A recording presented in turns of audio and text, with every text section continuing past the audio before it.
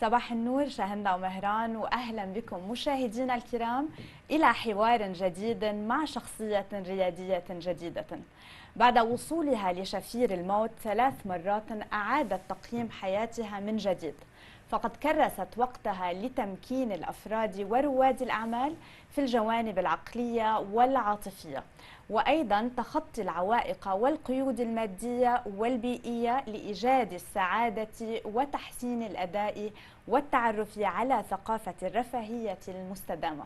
يسعدني أن أحاور في الاستوديو اليوم الكاتبة السويسرية لاريسا ريدايلي للتعرف أكثر على كيفية تطبيق هذه التعاليم على أرض الواقع. Good morning, Larissa. Good morning. Hello. I hope I said the family name correctly. I know we were rehearsing, like to say it right. Yes. Redaelli. Redaelli. Italian. Great, great. Larissa, as they say, sometimes our struggles in life are blessings in disguise, right? And you've been like in a near-death episodes around 3 times in your life. But those changed your life. And I think you had a message which you had to spread to the world, and it's working fabulously, fantastically. Can you tell us more about this? First of all, allow me to thank you for hosting me and allowing me to spread my message, a message of hope and happiness, no matter the circumstances, and I'm the best proof of that. So they say that the greatest gift you can give the world is the gift of your truth. This is my story, a hero journey that comes from far away with 3 near-death episodes, but comes from the heart, from my heart to your heart, giving you all the opportunities for you to get out of the struggles.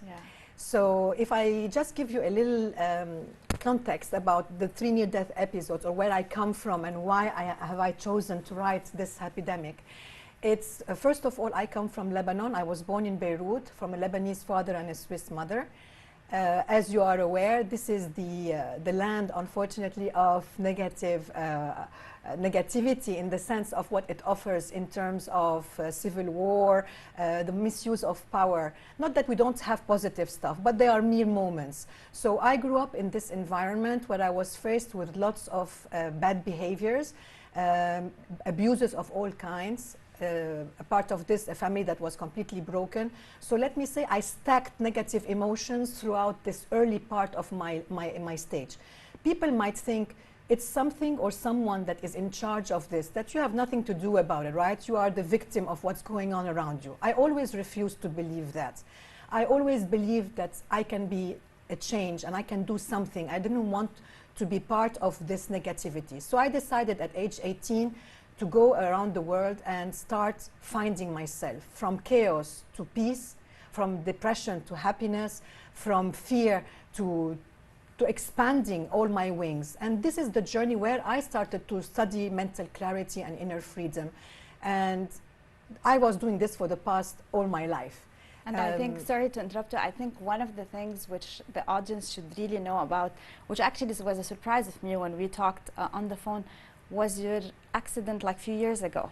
I think if you can share with us this specific accident. So actually, I had 2 near-death episodes in Lebanon due to the war, and the last one was 2 years ago. I was going through a very bad period with my husband financially due to work, out of our control, but it was really putting us at risk. So my husband wanted to get rid of me and my negative thinking at that time, and he said, just go to Italy and just unwind, you know, change and change the air.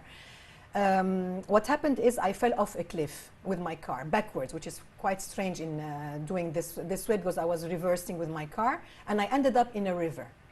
The difference between this near-death episode and the other 2 is the consciousness. I was completely conscious about every single instant, be it the crash of the car, the sound of my car compacting, the noise, the silence of the night. So the car was upside down. And then I ended up upside down, yes. I was stuck in this river.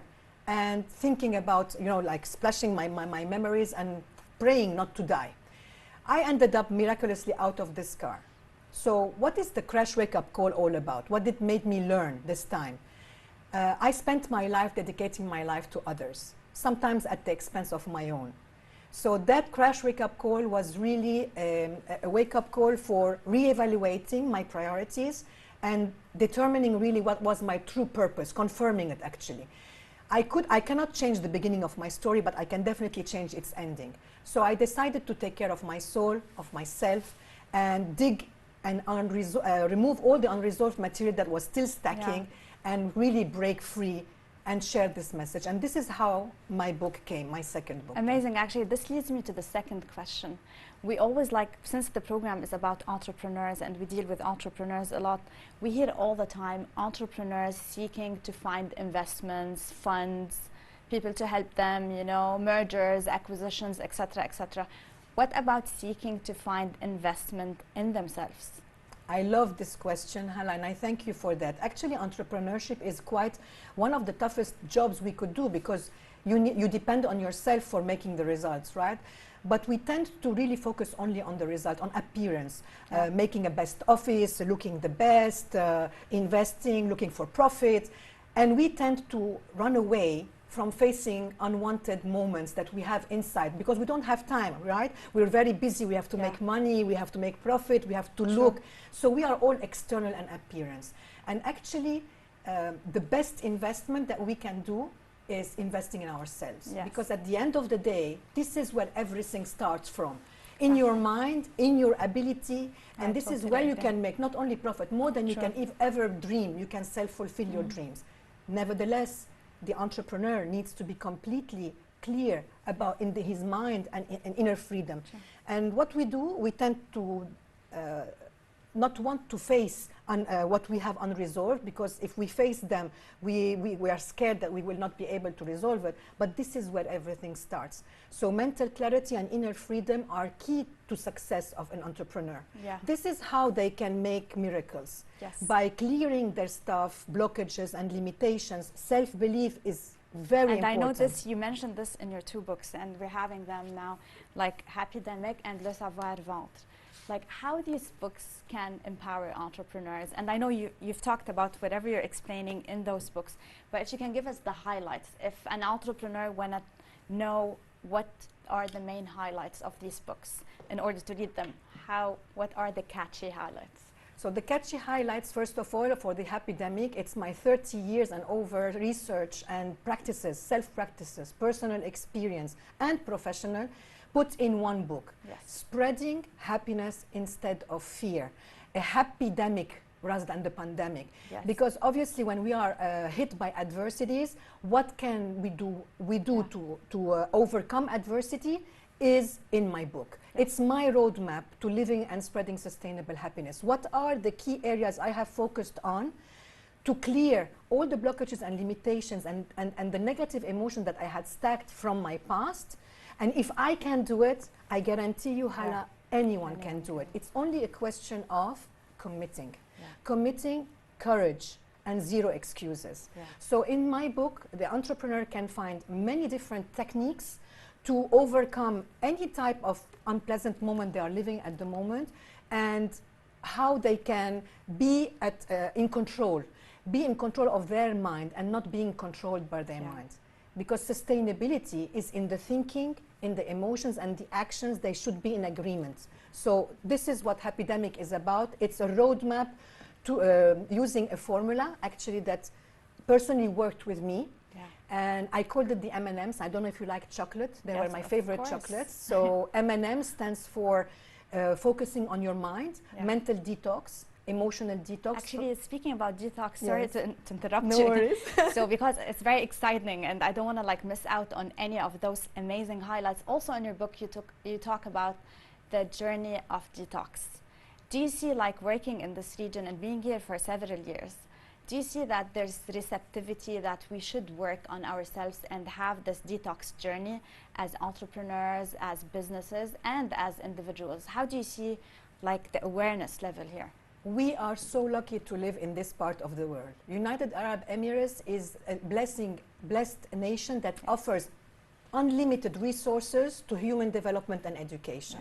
So we really have everything to look into our mental, emotional, and physical health. Now the question is consistency. So people, they like it. It's nice, exciting, fluffy. Happiness, I want to do this, I want to do that. But then when it comes to putting the effort, let's be honest. we Mediterranean people, we like to always be the victim and, you know, like the lazy role, you know, like we think that things will come on us like a blessing or a magic wand, but it's not like that. Nothing will come on its own. It only comes when you enter in within yourself and you do the work. Sure. You do the work, you take action, and you make the changes, ownership. And this is what we lack sometimes. And one thing as well, if I can add, humility. Yes, agree. Ego-free humility. When we can get rid of ego and be really living by our true essence, this is where magic happens. Yeah, amazing. I love that. And my last question for you, Larissa, is how you're seeing Expo empowering entrepreneurs and like spreading this positive vibes and all of that. How you're seeing this platform? I have to say I am amazed by Expo 2020 Dubai. 192 countries joining together their forces to explode with cutting-edge technology and all what the future would be looking like. So don't tell me there is not enough to look for. What we need to look for first is to be open to opportunities, and it comes from here. So smart thinking, smart emotions, smart feeling, and being ready to attract opportunities. And I can say one thing, networking here is amazing. They have global innovators. There are so many ways, business forums that entrepreneurs can look into. Most of all, start by looking into themselves first. Amazing. Being ready to face, maintain, sustain to be able to be successful. Love it. Thank you so much, Larissa Redaelli. Thank you so much for being with us. It was a pleasure. Thank you. هلا بنعود لكم زملائنا بمركز الأخبار لاستكمال فقرات إكسبو هذا الصباح.